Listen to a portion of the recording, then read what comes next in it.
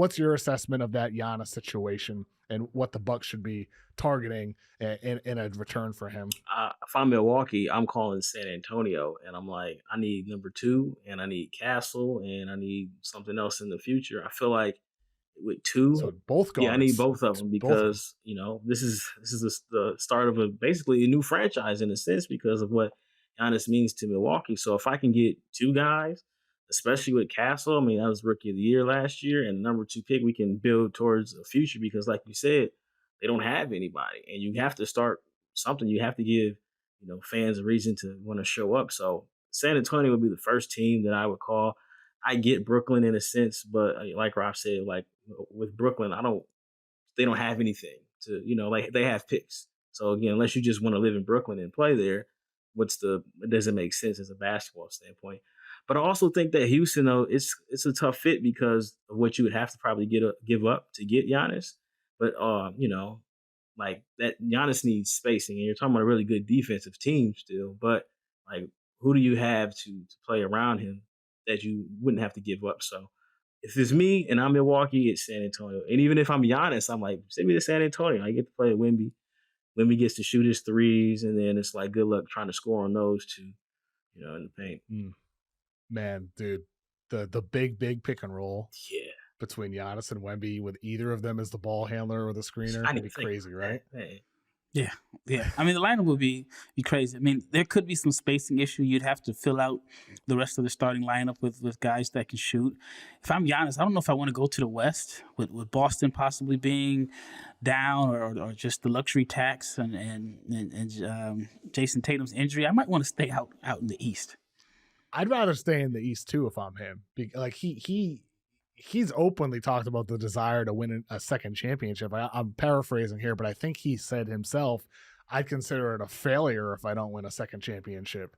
So like you're like, dude, the West is just so loaded. There's going to be a good team or multiple good teams that miss the playoffs in the Western Conference. Whereas in the East, there's going to be multiple bad teams that make the playoffs. It's just the reality of it. Your chances are far better. Boston last year, their road to the East to the finals was a hell of a lot easier than it was in the West for Dallas. And then just like this year with Indiana, the path was easier. Not to diminish it, the path is just easier in the Eastern Conference than it was for Oklahoma City. So I think for Giannis, that's where things get interesting because, Windhorst reporting on Toronto looking for a big fish. I think there's two things behind that. I think Toronto, A, like they are open to trying to make a big move, but B, like Masai Ujiri's under so much pressure right now to progress that team forward. I think this is like appeasing ownership as well, like showing like, hey, we're going for it, we're trying. So I think there's two sides of it there with Toronto, but in general though, I think some of these teams at the bottom of the conference in the East, whether it's Philly with number 3, or like the less obvious teams like Charlotte, like who's to say you can't go out and trade for 2 guys and package them around LaMelo Ball and Brennan Miller, and maybe you keep Miles Bridges in the deal. Like you go get a big and you go get a scoring wing.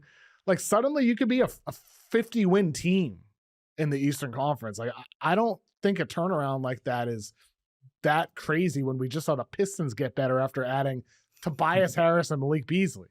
Yeah. Like the turnaround's going to happen really fast in the Eastern Conference, going from, bottom of the barrel to being a really good playoff team and maybe even a contender. So I don't know, man. Like that's where like with your report about a father talking about the Bucks sniffing around, that's where I'm thinking like, it doesn't have to be San Antonio.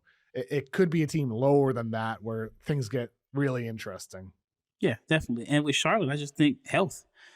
They weren't they a playoff team recently, a couple years ago, or they play in or something like that? They were like on the verge, like they were really close. Yes, exactly. And LaMelo's been banged up, his whole career. So I think if you can get him to play 70 games, I mean, you got to figure Mark Williams hasn't played a lot of games. I think they're a team that, they got some. I think this new ownership group has made some changes, but they just need to be healthy, and I think they could be in that mix. They were a 43-39 team during the 21-22 season. Yep. And they missed the playoffs that year. but that season, LaMelo played 75 games. Bridges played 80 games. They had Gordon Hayward that year. He played 49 games. PJ Washington, 65 games. So pretty healthy that season. Do you think it would be insane for Charlotte to go that route, James? Yeah, I mean, it makes sense. But again, if I am Milwaukee, like you're giving me the 4th pick and who else? I need Brandon Miller. Future picks. A bunch of future picks. Because they don't have any picks. They don't own the rights to their own picks for what, 2031 or something like that? Yeah. So they Milwaukee, need picks. Milwaukee, you mean? Yes, right? Milwaukee, yes. Yeah, Charlotte makes sense. I've seen on Twitter, I don't know how realistic it is. I know they don't have any picks, but Giannis in Atlanta would be interesting.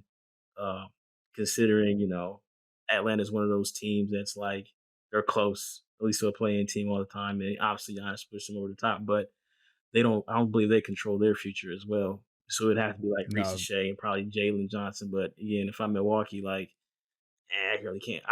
Good players, but can you sell your fan base on those two guys? Well, that's the thing. It's like, do you want the mystery box of draft picks if you're the Bucks, or do you want players that you've seen in the NBA and that you believe in? Like, it makes me think about like totally different circumstances, but when the Spurs traded Kawhi Leonard to the Raptors, they ended up trading for DeMar DeRozan, and like for them, like they wanted a proven guy. That's what they wanted. like it or not, they'd rather have DeMar DeRozan than they did Jaylen Brown from Boston, a less proven player at the time. And so for the Bucks, in a situation, everybody's talking about picks, and I do think they'll go for picks. I think that's the sensible thing to do, but you could see them say, well, maybe we want, a few less picks and players as well, and worry less about the draft picks. So I think that's a real possibility, but ultimately, I if I'm a Bucks fan, like I want the picks. Like just give me the draft picks. You know why? I think that could be a possibility.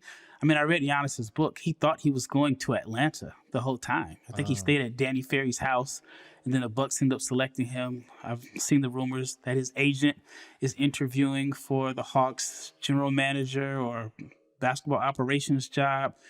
Jalen Johnson is from Milwaukee. I mean, there might be some smoke there.